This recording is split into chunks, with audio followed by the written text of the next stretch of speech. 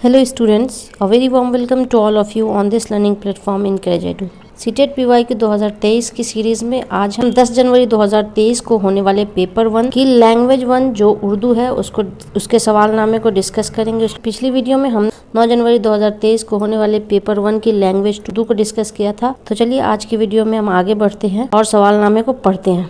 हिदायत, नीचे दी हुई इबारत को पढ़िए और दिए गए मुतबादिल में से किसी एक मुनासिब तरीन मुतबादिल का इंतखाब कीजिए। कॉर्क ओक नाम के पेड़ के तने से हासिल किया जाता है। ये पेड़ आमतौर पर स्पेन, पुर्तगाल और शुमाली अफ्रीका में पाया जाता है। कॉर्क ओक के पेड़ से पहली बार उस वक्त अलग किया जाता है जब पेड़ की उम्र कम से कम 20 साल हो चुकी हो। पहली मर्तबा तना छीलने के बाद पेड़ से कॉर्क छीला जाता है। ज़्यादातर पेड़ 100 साल तक जिंदा रहते हैं। आमतौर पर कॉर्क के जंगल पहाड़ी जगहों पर हैं जहां सड़कें ख़राब होती है, इसलिए कॉर्क को गधों और खच्चरों पर लादकर सबसे करीबी रेलवे स्टेशन तक ले जाते हैं। कॉर्क मुख्तलिफ साइज़ों के होते हैं, बहुत छोटे साइज़ के भी जो खुशबू और अतर की नन्ही नन्ही शीशों में डॉट लगाने के काम आते हैं, और बहुत बड़े साइज़ के भी हैं जिनकी डॉट बड़े बड़े शीशे के जारों में लगाई जाती है। सबसे बड़ा साइज़ 3 इंच मोटा है। गर्म मुल्कों जैसे अफ्रीका में लोग धूप से बचने के लिए हैट के अंदर की तरफ कॉर्क लगाते हैं। हमने यहाँ इबारत को पढ़ लिया है और इबारत से जो सवाल हैं अब उसको डिस्कस कर लेते हैं। सवाल नंबर 91 है, कॉर्क का पेड़ आमतौर पर कहाँ पाया जाता है? स्पेन, पुर्तगाल और शुमाली अफ्रीका में पाया जाता है। ये पेड़ मिज़ोरम और अगरतला में पाया जाता है। ये पेड़ जनूबी अमेरिका और पुर्तगाल में पाया जाता है, या ये पेड़ गर्म हिस्सों में पाया जाता है। ऑप्शन नंबर 1 इसका करेक्ट आंसर है। स्पेन, पुर्तगाल और शुमाली अफ्रीका में पाया जाता है। अगला सवाल नंबर 92 है, कॉर्क किस पेड़ के तने से हासिल किया जाता है? पीपल के पेड़ के तने से, ओक नाम के पेड़ के तने से, शीशम के पेड़ के तने से, या नीम के पेड़ के तने से? ऑप्शन नंबर 2 इसका करेक्ट आंसर है, ओक नाम के पेड़ के तने से। अगला सवाल है सवाल नंबर 93, कॉर्क ओक के पेड़ से पहली बार किस वक्त अलग किया जाता है? जब पेड़ की उम्र कम से कम 20 साल हो चुकी हो, जब तने की उम्र 10 साल की हो चुकी हो, जब उस तने की उम्र 15 साल हो चुकी हो, या जब वो करीब 5 साल का हो चुका हो। ऑप्शन नंबर 1 इसका करेक्ट आंसर है, जब पेड़ की उम्र कम से कम 20 साल हो चुकी हो। अगला सवाल है सवाल नंबर 94, कॉर्क के जंगल आमतौर पर कहाँ होते हैं? पहाड़ी जगहों पर जहाँ सड़कें ख़राब होती हैं, या पथरीली जगहों पर होते हैं, नमी वाली जगहों पर होते हैं, या मैदानी जगहों पर होते हैं? ऑप्शन नंबर 1 इसका करेक्ट आंसर है, पहाड़ी जगहों पर जहां सड़कें ख़राब होती हैं। अगला सवाल है सवाल नंबर 95, कार को किस पर लादकर रेलवे स्टेशन तक ले जाते हैं? ट्रकों पर लादकर, गधों और खच्चरों पर लादकर, घोड़ों और हाथियों पर लादकर, या ट्रक और टेम्पो पर लादकर? तो ऑप्शन नंबर 2 इसका करेक्ट आंसर होगा, गधों और खच्चरों पर लादकर। पैसेज से पूछे गए सवालात आसान होते हैं क्योंकि हमें पैसेज में ही आंसर मिल जाते हैं, लेकिन हमें उर्दू की पेडागोजी पर ज़्यादा ध्यान देने की ज़रूरत है। पेडागोजी के सवालात में ही ज़्यादातर स्टूडेंट फंस जाते हैं।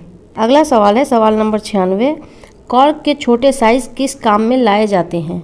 खुशबू और अतर की नन्ही नन्ही शीशों में डॉट लगाकर, या दवाइयों की छोटी शीशों पर लगाए जाते हैं, मुख्तलिफ़ तरह की रंगों की छोटी शीशों पर लगाए जाते हैं, या शैम्पू और क्रीम की छोटी शीशियों पर लगाए जाते हैं? ऑप्शन नंबर 1 इसका करेक्ट आंसर है, खुशबू और अतर की नन्ही नन्ही शीशियों में डॉट लगाकर। सवाल नंबर 97 है, अफ्रीका में लोग धूप से बचने के लिए किसके अंदर कॉर्क लगाते हैं? छतरी में अंदर की तरफ, या चश्मों की कमानियों में अंदर की तरफ, हैट के अंदर की तरफ, या जूतों के अंदरूनी हिस्से की तरफ?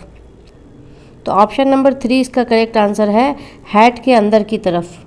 सवाल नंबर 98 है, जंगल की जमा है जंगलात, जंगलातीन, जंगलों, या जंगजुओं? तो ऑप्शन नंबर 1 इसका करेक्ट आंसर है, जंगल की जमा है जंगलात। अगला सवाल सवाल नंबर 99, सर्द का मुतज़ाद है नरम, गर्म, सख्त, या ठोस? ऑप्शन नंबर 2 इसका करेक्ट आंसर है, सर्द का उल्टा होता है गर्म। पेपर 1 की लैंग्वेज 1 है, इसलिए हमने ऊपर जो पढ़ा वो नसरी पैसेज था, और अब जो हम पैसेज पढ़ेंगे वो शेरी हिस्सा होगा, शेरी पैसेज होगा। तो हिदायत है, नीचे दिए हुए शेरी हिस्से को पढ़ें और दिए गए मुतबादिल में से किसी एक मुनासिब तरीन मुतबादिल का इंतखाब कीजिए। छुटपुटे के वक्त घर से एक मिट्टी का दिया एक बुढ़िया ने सरे राह लाके रोशन कर दिया, ताकि राहगीर और परदेसी कहीं ठोकर न खाएं। राह से आसा गुजर जाए हर एक छोटा बड़ा, ये दिया बेहतर है उन झाड़ों और फानूस से, रोशनी महलों के अंदर ही रही जिसकी सदा।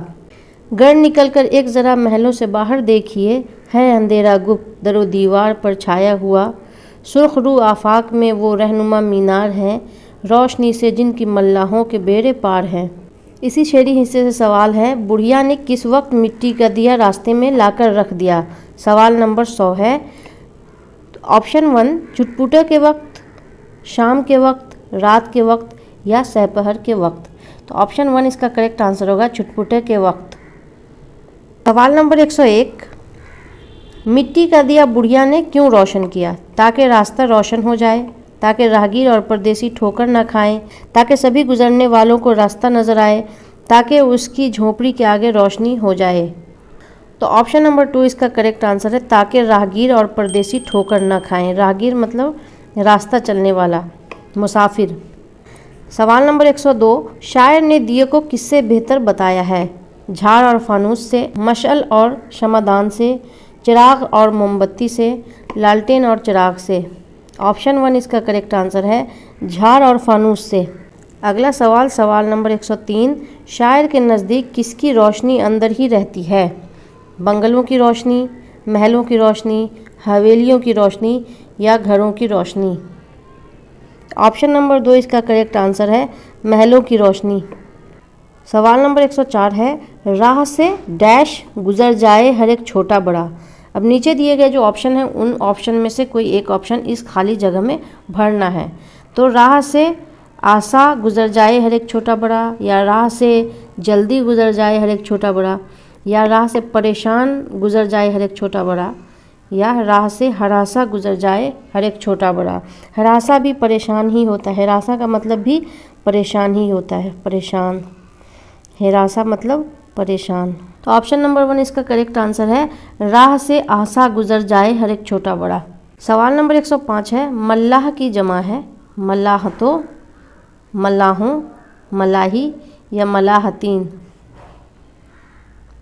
ऑप्शन नंबर 2 इसका करेक्ट आंसर है, मल्लाहों।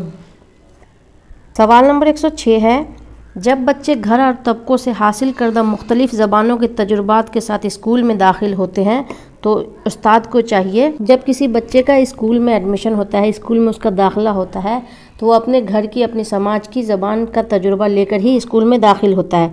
तो इस वक्त उस्ताद को क्या चाहिए कि उनके घर की ज़बान को नज़रअंदाज करे, बच्चे के घर की जो ज़बान है उसको नज़रअंदाज करे, या तदरीस की ज़बान पर तवज्जो दे। टीचिंग जिस ज़बान से कर रहा है टीचर उस पर तवज्जो दे, या उनके घर की ज़बान का इस्तेमाल करे, या उनसे स्कूल में घर की ज़बान इस्तेमाल ना करने के लिए कहे, या टीचर बच्चे को कहे कि अपने घर की ज़बान स्कूल में इस्तेमाल ना करे। तो ऑप्शन नंबर 3 इसका करेक्ट आंसर होगा कि उनके घर की ज़बान का इस्तेमाल करे। बच्चा चूँकि जब से पैदा हुआ है तो वो अपने घर की ज़बान ही सुन रहा है, अपने घर की ज़बान में ही बात कर रहा है।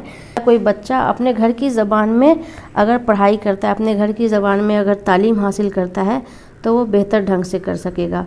इसलिए टीचर को चाहिए कि उनके घर की ज़बान का इस्तेमाल करे। सवाल नंबर 107 है, बच्चों को मुअस्सिर अंदाज में गुफ्तगू करने वाला बनाने के लिए उस्ताद को दर्ज झेल में से किसे इस्तेमाल नहीं करना चाहिए?